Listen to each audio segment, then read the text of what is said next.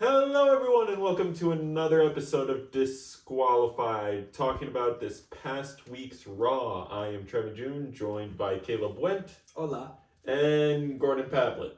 Yeah, he's not here today, but hopefully he'll be back soon for this NXT review. Yes. That we're probably going to be recording tomorrow, as of today, recording day. Yes.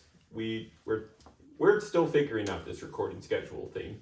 Yeah, it's a little funky. It's a new system, but I mean, we're getting into it. Yeah, we're starting to get the groove. But anyway, as like I said, getting into it, let's just get into Raw. Yeah. So we open with the number one contendership battle royal for the Women's World Championship. Who's gonna fight Liv?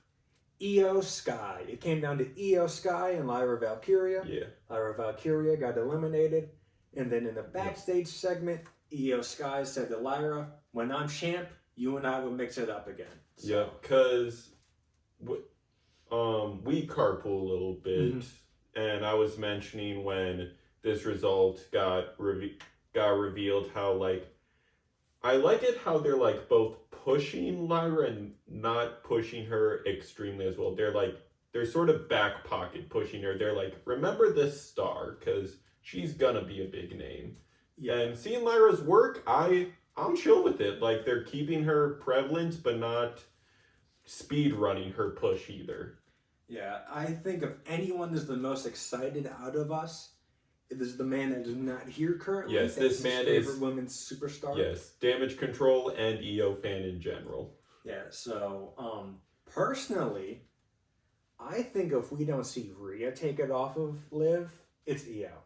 Yeah, I mean, Rhea's injury is legitimate one, and they did say it's an undefined amount of time she'll be out. Mm-hmm. Which I think is just code for Rumble spot. Yeah, if she is cleared enough, because it is a legit injury, but it's an orbital fracture that is going to heal in that time. Yeah, expect a Rumble spot, but yeah, I mean, opinions on EO versus Liv as their two styles going in the ring against each other. I'm excited because for once, there won't be a numbers advantage. Oh, right, because Damage Control. Mm-hmm. But their styles, they're different. EO is more of like a high flyer. Yeah. And Liv, I would say, is more of like a striker technician kind of worker. That's another interesting angle, is that they're both technically members of heel factions as well. Yeah, but going into this, EO's going to get the biggest babyface reaction. Yeah. Also, I didn't catch the full clip, but I did see Adam Pearce tear into Liv Morgan. Right, because her and Raquel interfered in the Battle Royale and assisted in eliminating Bianca and Jade, because they were also there. They were part of the Final Four. Mm-hmm. Yeah. Yep, I also saw Bianca smack the taste out of Liv's mouth. And that was funny as fuck. Yeah. It was interesting because technically before they became the roaming tag champs, they were drafted to SmackDown, so it was interesting seeing them in this Battle Royale, but it makes sense as tag champs, they are technically allowed to roam between the brands, but... But also, oh no, I forgot what I was going to say. We'll move on. I'll probably come back to it later. Yeah. It could lead to, after Liv drops the title, it could lead to Liv and Raquel entering the tag circuit, but we'll see. I mean, long-term storytelling and long-term working. Sorry, I got it now. Remember. This might actually set up the Women's War Games match. Actually. Yeah. I'm thinking if they screw Io out of it, it's going to be Rhea, Jade, Bianca, and Io. Versus Liv, Raquel, and whoever she can find to be on their side. Yeah, because we were wondering what the heck the War Games match is going to be. No, I could just be looking into it too much, but having Liv and Raquel interact with the women's tag champs, it just kind of makes me think that's the direction we're going. I would kind of hate it. I would like to see the belts defended on pay-per-views if the champs are going to be on the pay-per-views. But in a situation like this, it kind of works because we saw it with Roman last year in War Games. So yeah, but next up, I believe after this segment they were building up to New Day versus War Raiders, but the build-up segment, the backstage segment, got interrupted by what I'm calling a ransom video. yeah, the Miz got captured. Yeah. And it turned out to be that they're not going after the Final Testament, the Wyatt Six. Yep. They're going after the Miz. Yep. More specifically, Bo is going after the Miz. Yep, because the ransom video opened with flashback footage of, I believe it was during one of Miz's IC reigns, his rivalry with Bo. The Miz Taraj. Yeah. And then there was also the B team. Yep. And Bo has a lot of history with the Miz. And the video ended with Miz getting sort of cradle sleeper held by another person he has history with. Dexter Lumis. Yep. Mercy the Buzzard. Yep. I think they murdered him. I mean, according to Carrie, and he was surprised there was even a ransom video. He thought he was dead within 20 minutes after the kidnapping. We'll find him in this Sunday's obituary. Mike the Miz Mizanin. Yeah, but I like this segment. I don't know where they're going fully with this. No, because the fact that they don't care about the Final Testament's involvement, and the fact that they already have the Miz in their hands, makes it wonky of, is this going to lead to a match? Like, it obviously is, but how do you build towards it, and where is it going to be at? Mm-hmm. Yeah, is it going to be on Raw, or do the Wyatts finally get their PLE debut? I'm hoping for a PLE debut. Same. But with the 5-match limit, and we've seen with Crown Jewel, they can't really execute more than 5. They tried giving us 7, but then they lied to us and they said, hey, you're getting 6. Yeah. I don't blame them for that, though. I think if Kevin didn't get into that Dune Buggy accident, we would have got that match. Yeah. But I think they're just going to stick to the 5-match cards, especially with something like War Games. Yeah, with the women's and men's taking up longer slots. Mm-hmm. But they said they're sticking to 4-on-4 this year, not 5-on-5. Yeah. So, really excited about that. Yeah. Yeah, but the segment that got interrupted, New Day versus War Raiders, because New Day explained that they felt, due to some interference stuff, they felt cheated out of number 1 contendership. So they're like, hey, War Raiders, let's run it back 1-on-1, see if you really deserve that number 1 contendership, or if we can sort of clinch it out of you. And War Raiders took it. Yeah, they took it, and it was mainly due to Xavier tagging himself in at the end. So, at the end of the match, Kofi and the Woods were rocking, and it was mainly Kofi. Kofi showed why he's a former WWE champion. He was putting that work in. He was handling Eric by himself easily. Woods tags in while Kofi's going for, I think it's going to be a Trouble in Paradise. And then Woods tags him in. He's like, come on, set him up. Set him up for the elbow. Set him up for the elbow. And then while Kofi's going to go do it, he gets dragged out and by Ivar. Ivar tosses him to the side. And then they do their big tag team move with the neck breaker crossbody. Yep. 1, 2, 3 by Ivar to Xavier, and still your number 1 contenders pretty much. Yep. The War Raiders. Yep. And it's like a lot of people are saying like this breakup / Xavier heel turn is going to be very interesting, and a lot of people are still speculating like, do we see Big E return? Because we saw later on that next week they are getting a whole episode dedicated to them. Right, because for their 10-year anniversary. Yeah. Which means it's either going to go one or two ways. A breakup or E's coming back. Yep. It's one of those two things. Could be both. I don't think it's going to be both. Maybe it could be.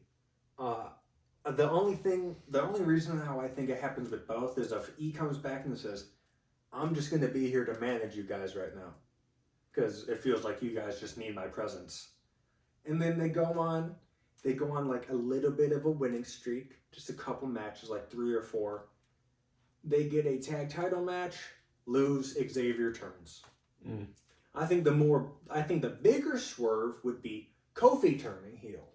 A couple people have commented that, actually. I think that would be the bigger swerve. The only thing is, I kind of like what they're doing with this Xavier heel teasing.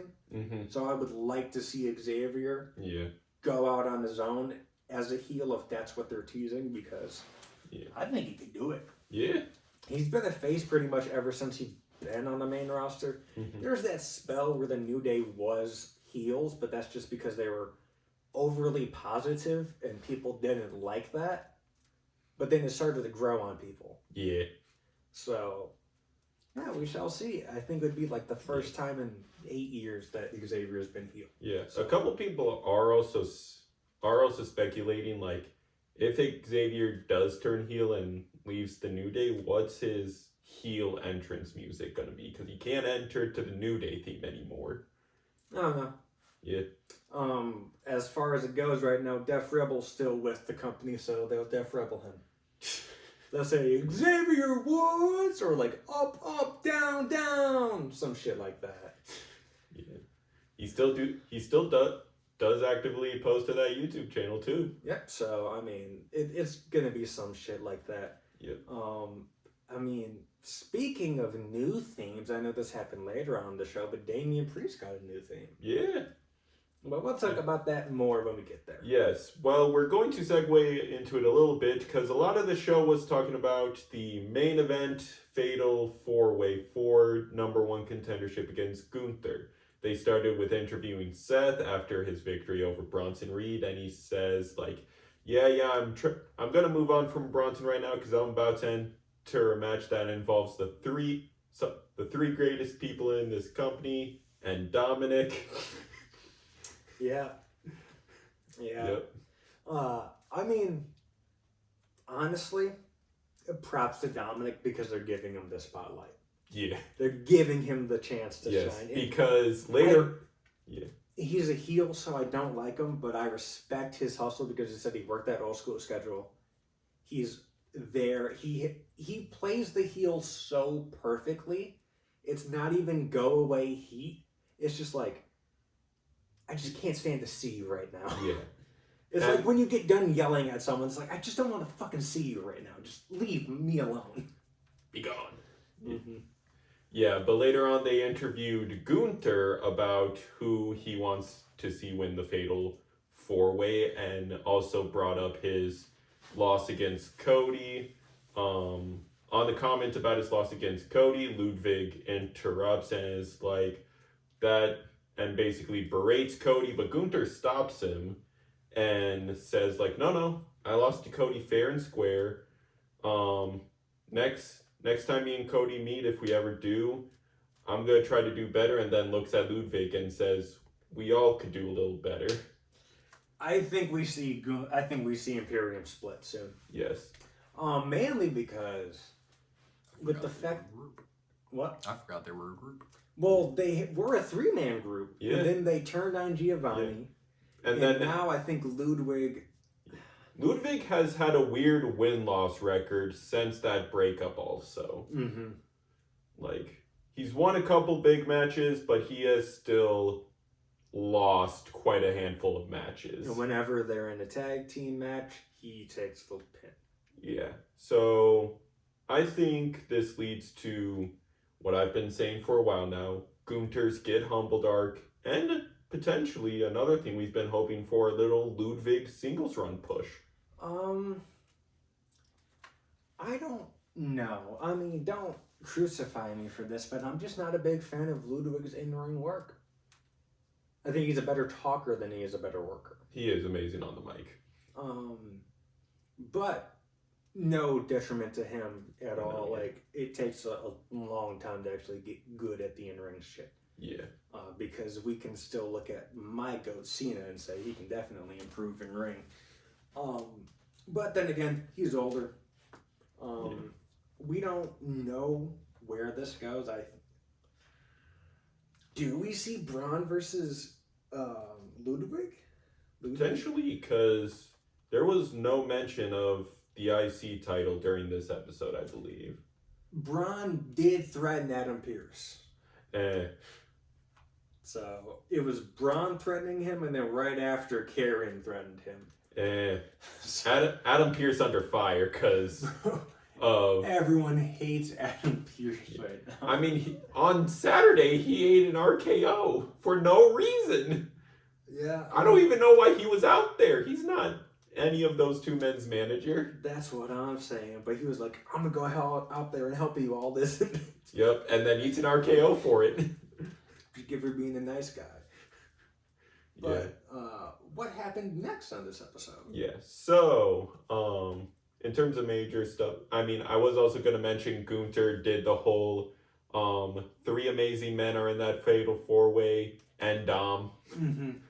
It's like, but speaking of that fatal 4-way and Dom, the bell rings, the 4 men stare down each other, and the 3 men just sort of look at Dom, and Dom's just like, nope, and rolls out from the bottom rope and basically hides the rest of the match.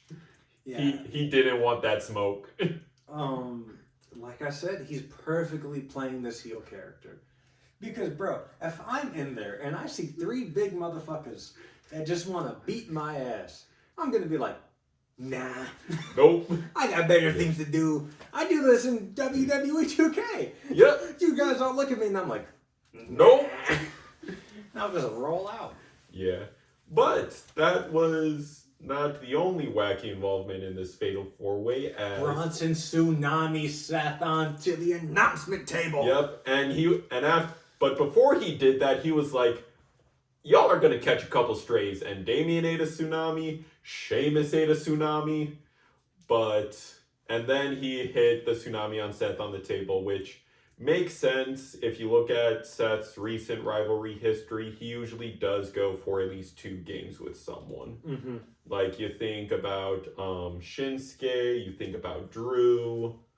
It's like, he usually doesn't just end his rivalries with a one and done.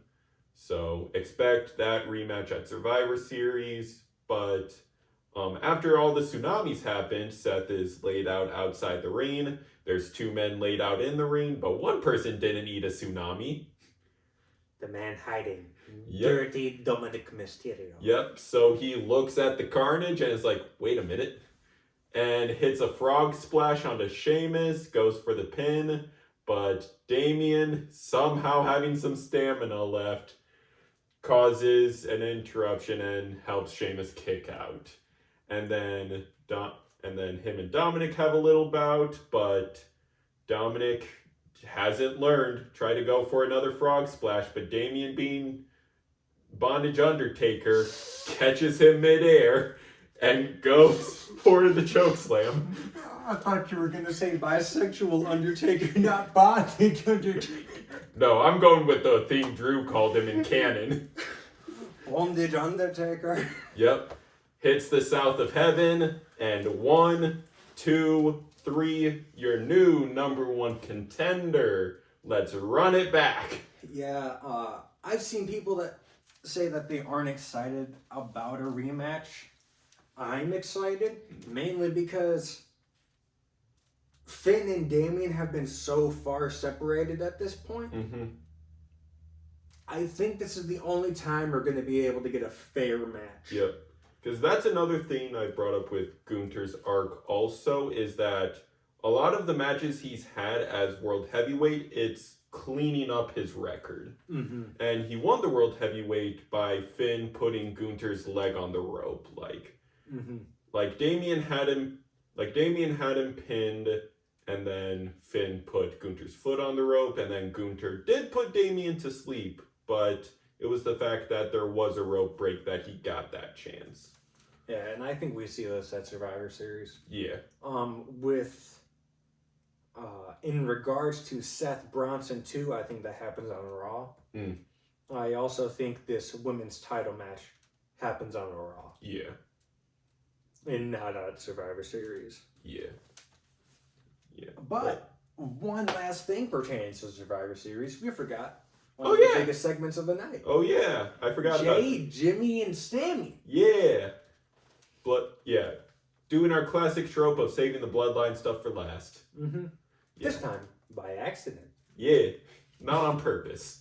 But yeah, so Jay and Jimmy start off, and eventually Sammy does come out, but Sammy and Jimmy basically played the angel and devil on Jay's shoulders, being like, you can't trust the other guy. I mean, both Jimmy and Sammy brought up their history of like, you can't trust Sammy. I mean, look at all the stuff he's done, and Sammy counters back like, just look at this past WrestleMania season. Like, how can Jay trust you? And they just start braiding each other, like, and Sammy eventually walks away. But before he fully makes it out, Jay says, Sammy, like, we've been through a lot, so I still consider you an honorary Oos. Basically saying, like, that's Sammy Oos. Oh. Mm-hmm. And then he said, come to SmackDown Friday. Let's talk about this like family does. And I think Kevin Owens is going to kick Sami Zayn's ass. Gee. Oh, frick, right. Cause You think I'm kidding? No, I don't. I think it's happening. Yeah, no, I because... think Sammy's going to be like a last minute replacement, like a last minute come in like Randy was. Yeah. Just because I think that would pop the crowd some more. Yeah. It's in Canada, right? Yes. Yeah, it's gonna pop the crowd because he's fucking Yeah. Canadian. But also, I will also mention, though, this episode of Raw was recorded in Saudi, and... he spoke Arabic. Yes, he did. Yeah, Sammy did. He like... He's a Muslim man. Yep, I get, like, some people have some regards of, like, the whole Sammy Hogan thing, but he really is sort of a crowd pleaser a lot of places he goes still. I don't see it so much as Sammy Hogan. I see it so much as they're using the fighting spirit spots too much. Mm-hmm.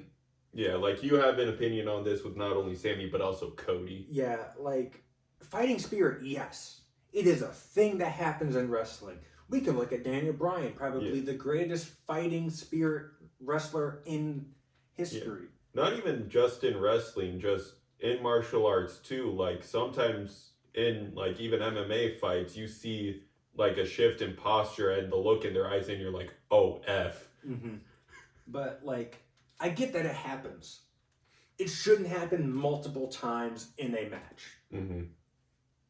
Also, I think if it happens, save it for the end of the match. Mm-hmm. Don't do it in the middle. Yeah. Because I hate when it happens in the middle, and then the good guy gets on a tear, and he does his finisher, 1, 2, 3, kick out, and now I have a whole nother 10 minutes to watch this man get his ass beat. Yeah, like, unpopular opinion, because I know how you felt about the ending of that match, but a good example of how to do fighting spirit, I think, was Gunther versus Sammy at WrestleMania. Mm-hmm. Because you waited till the very end to activate Sammy's fighting spirit, and that's when we both realized, like, oh shoot, Sammy is actually gonna do this.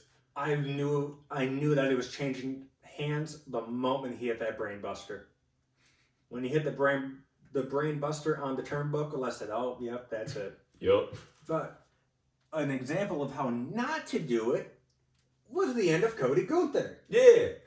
where Cody is getting his ass beat, and not only does it do it once, not twice, but 3 times, and the 3rd time he's just like, come on, hit me, hit me, hit me. Like, dude, you should not be having fighting spirit right now. Because, 1, your back was being targeted the whole match. You're selling a lower back issue. I get adrenaline helps with shit, but come on. You're not slamming this dude that's bigger than you when you have a hurt lower back. It's not happening. But that's all I have to say about the fighting spirit. I think, once getting back on topic, Kevin jumps Sammy because Kevin's mortal enemy is Roman Reigns. Yep. It's like he hates that people are aligning with Roman Reigns. That's why he attacked Cody. And by spiderweb effects, that's why he has beef with Randy. So seeing his old tag partner, one of his best friends in the business, even who though he took away from the bloodline to beat the Usos for those titles. Yep, realigning. Joining back up with them. Yep.